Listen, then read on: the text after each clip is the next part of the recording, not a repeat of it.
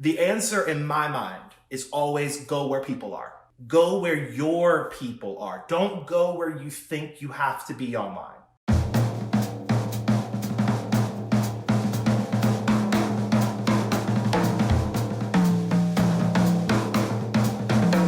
When it came to digital, Beat for America's #1 focus was about belonging.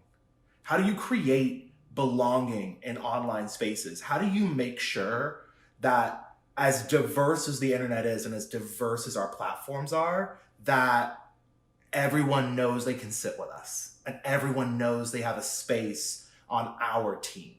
And so whether it was our digital ads, whether it was platforms, whether it was online organizing, whether it was our digital surrogates program, at every single point, it was about making sure that we were creating content that was accessible and that people didn't feel excluded from, that they could see themselves in.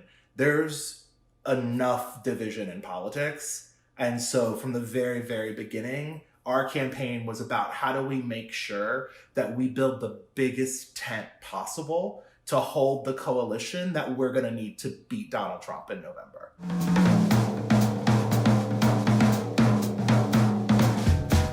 There were so many internet moments on this campaign where you could feel that sense of belonging. I think of two that come up immediately. One was LJ Day. So LJ is this huge, huge event in Iowa. We're talking thousands of Pete supporters, some who had come all the way from across the country just to be a part of that moment. It was this huge groundswell of support and this huge moment, especially online, where we felt like we had made it. Right.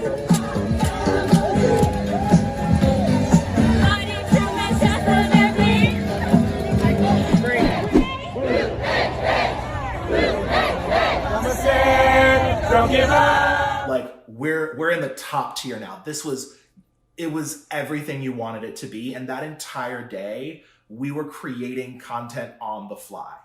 And so it was me, our video director, Carrie Gooch, Nick Hornado, who's our copywriter, literally jumping down, sitting, writing scripts immediately. What is LJ? Let's do a quick explainer video. Let's literally grab someone from the press office, throw them in front of some colored paper. And it's like, read this. Just read it off the teleprompter. What is LJ, right? Today, we're giving you a backstage look at the LJ, the most important event you've probably never heard of.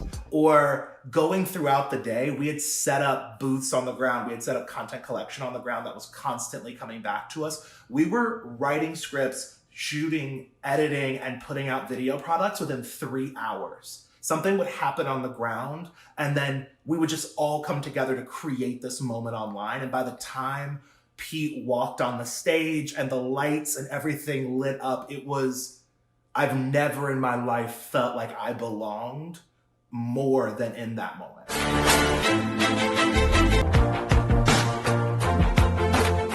And that was something the campaign did. If we think about something Pete did, it was Pete's answer in the debate where he talked about his marriage to Chasten and how I think the line from it was, sometimes the way you deserve to win is knowing what's worth losing for.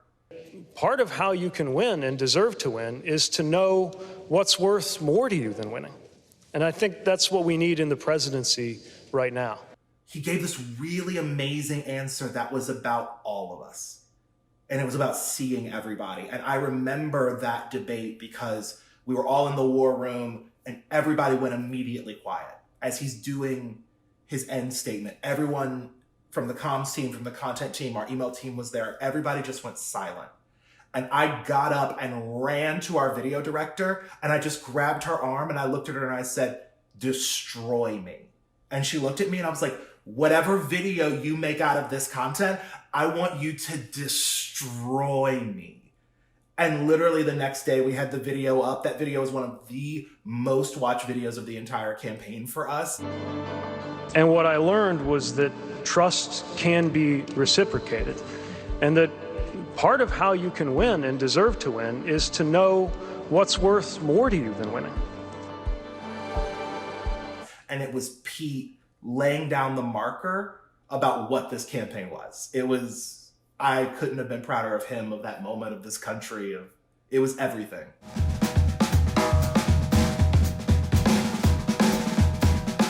The tactic that we pulled off on Pete's campaign that I think I'm most proud of and I think was the most successful was sort of actually not a tactic, it was an overriding ethos. And it was put the campaign as close to people as possible. And you saw that on the press side. Liz Smith ran an incredible operations on our comms team, and that was about go everywhere. Talk to everyone. You deserve to win by speaking it to every audience and being in every community, being on every TV set, being on every platform. And so from the comms side, it set the tone and it went everywhere else. When I was named online engagement director, the first thing I did was create a digital captains program. How do we scale up online volunteering and get more people involved online? Not just, can you raise us money or can you push this messaging or can you do rapid response, but things like our volunteer welcome team that went across the internet to find people who supported Pete and ask them to join our movement, ask them to be a part of our family, to let them know they belonged with us. We scoured the internet making connections. We made thousands of connections between the campaign and what we called Pete Curious People, because we really believed in this tactic. We really believed that if you put the campaign as close to people as possible and make yourselves as accessible as possible, if you make yourself as accessible as possible, then voters, there's no friction. They can get to you easier. People are busy. People are living lives. And so campaigns have to be really cognizant of the barriers they throw up, things that to us don't look like barriers, but are. How do we break those down and make sure that the campaign sits right next to the people we're trying to actually get to support and vote for us?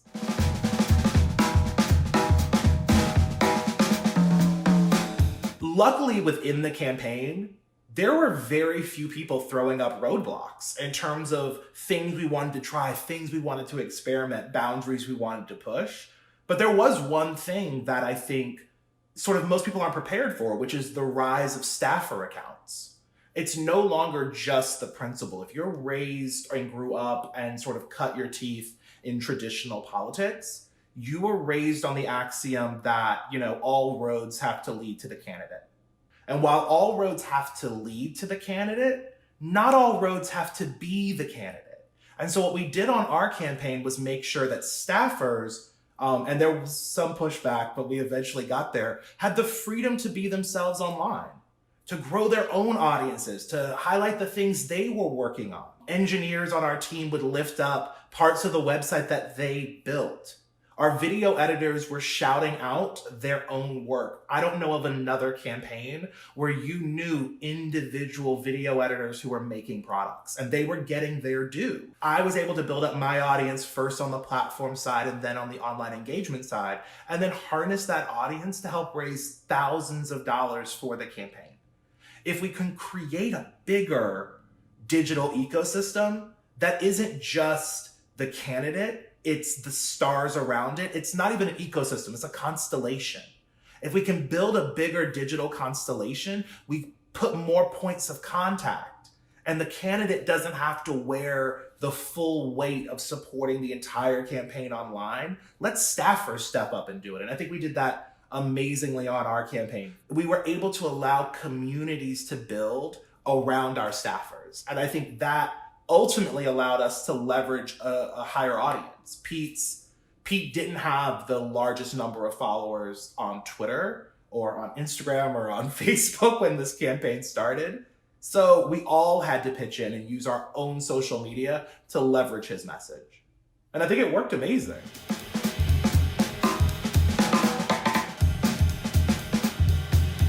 If you're asking for advice about how you can sort of rock the internet, whether you're at the top of the ticket or you're at the bottom of the ticket, the answer in my mind is always go where people are. Go where your people are. Don't go where you think you have to be online.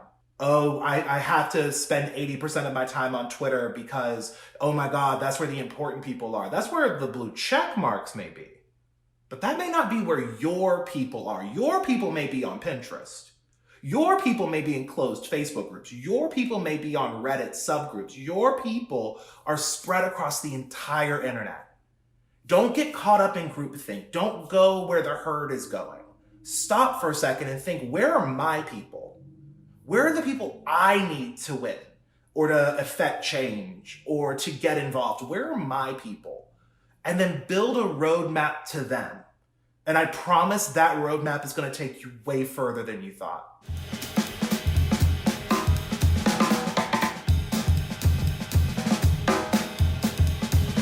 I think the most important thing that every campaign at every level needs to keep in mind, especially when it comes to digital, is that a person online is also a person offline.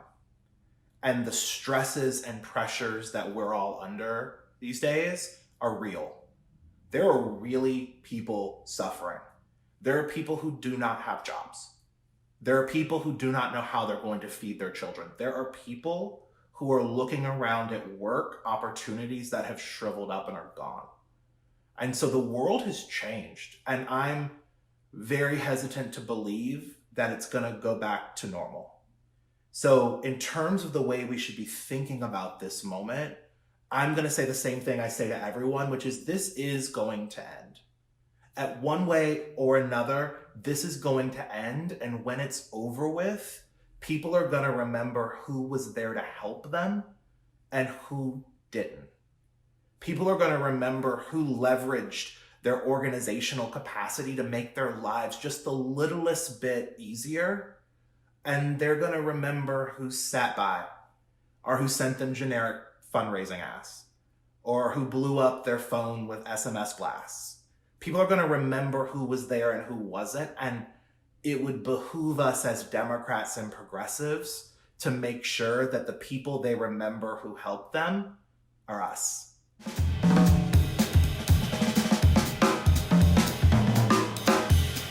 I think the moment on the campaign that I'm at least going to hold and keep with me is the week before the Iowa caucuses. And basically we found out we had a call deficit. We needed to speak to as many voters as humanly possible in Iowa, and we didn't have the capacity. We didn't know how we were going to get there. And so I'm talking to Greta Carnes, our organizing director. I'm talking to Samantha Steelman, our Marathon States director. And I thankfully had a solution, and I ran to the digital captains. I laid it at the feet of my digital captains. And I said, listen, we're 500 shifts down from where we need to be. Iowa is less than a week away. It was like 6 days away. I need help. And to watch the volunteers, what they did, they came together and organized an entire grassroots campaign around calling into Iowa with very limited input from me. I gave them the Mobilize link. I told them some language to use. They created their own graphics. They created their own videos, their own user-generated content. They went out on the internet and recruited, let me find 3 friends and see if I can do it. And less than 36 hours later, we had the 500 plus shifts we needed. And eventually we surpassed that. It was, I mean, I don't mean to be like hokey or like corny or whatever, but like, it's so easy to get jaded in politics. It's so easy to see politics as this like top-down thing, and to watch volunteers come together around this candidate. And I went to them with a problem and they grabbed it and they solved it, and it was amazing. It was everything you hope it's going to be. It's the closest I've come to some sort of like Aaron Sorkin West Wing moment of just believing in politics and humanity. It was, sorry, I'm just like, it was everything you want it to be.